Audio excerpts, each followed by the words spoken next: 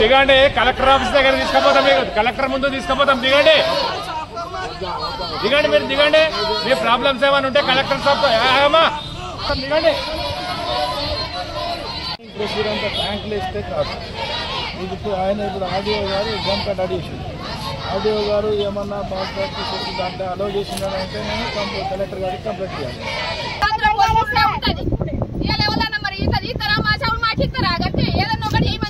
Collector గారు వెంటనే notification వెంటనే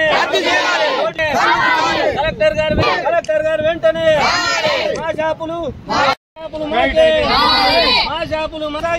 కొనసాగించాలి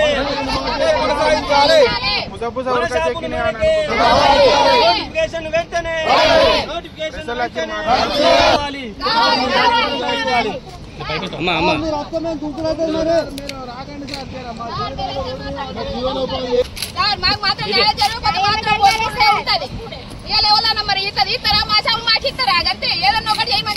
కలెక్టర్ గారు జల్దీ కలెక్టర్ గారు వెంటనే మా షాపులు మాకే నోటిఫికేషన్ వెంటనే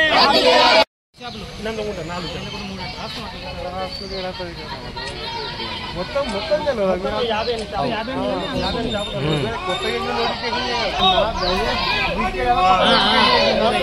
పాత 50 షాపులు మొత్తం మన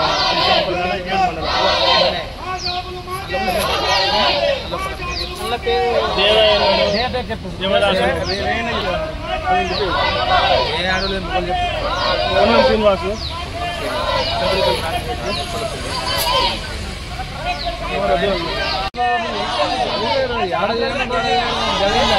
చట్టానికి వ్యతిరేకంగా అలాగే నువ్వు మాట్లాడితే చేసుకొని సార్ అంటే ఎలా పడతావు? అదే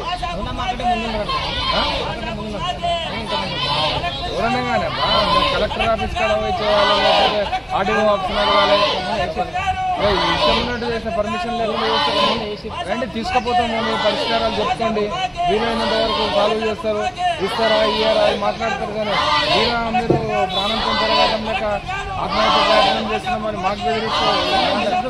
నేను 10-12 సంవత్సరాలు 15 సంవత్సరాల నుంచి ఉన్న డీలర్లు అందరూ ఉన్నామన్నా.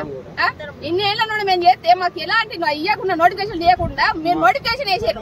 మీకేం కావాలి? మీకు పైసలు కావాలన్నా మేము ఇస్తాం సార్, పైసలు అవి ఇస్తాం మేము సార్. పైసలు ఇవ్వాలంటారు, మీకు సరిపోకపోతే మేము భిక్షాటన చేస్తాం సార్. అందరం కలిసి చేస్తాం, చేసి మీ జీవులు నింపుతాం. మాకు మాత్రం న్యాయం చేయరు సార్. ఇవాళ మేము 3 పిల్లలు పట్టుకొని రమ్మన్నా, అందరు కాడాడు పిల్లలే ఉన్నారు, అందరు పిల్లలే ఉన్నారు సార్. ప్రతి ఒక్కరు జీవనోపాధి కోల్పోయి మేము ఇలా రోడ్డు మీద పడుతున్నాం. ఇవాళ నా బిడ్డలు కూడా ఎగ్జామ్ రాయడానికి కూడా ఎంత ముందు ఆడుతున్నారు. ఇవాళ అందరు ఏడ్చుకుంటూ వేరు నా బిడ్డలు.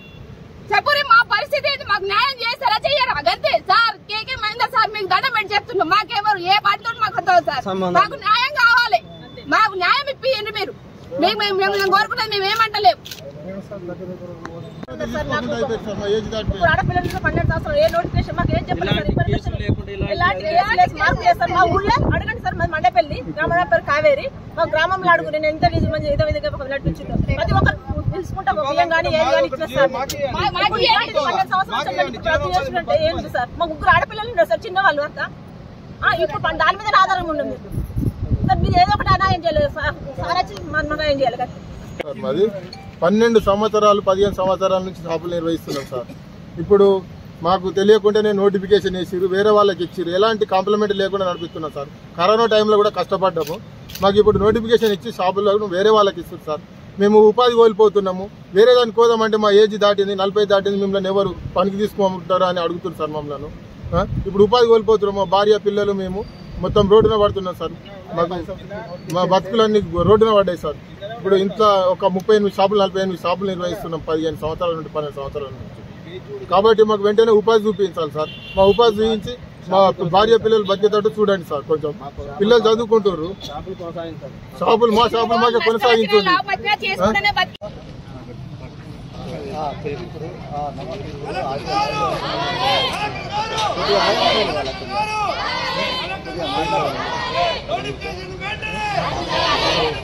హలో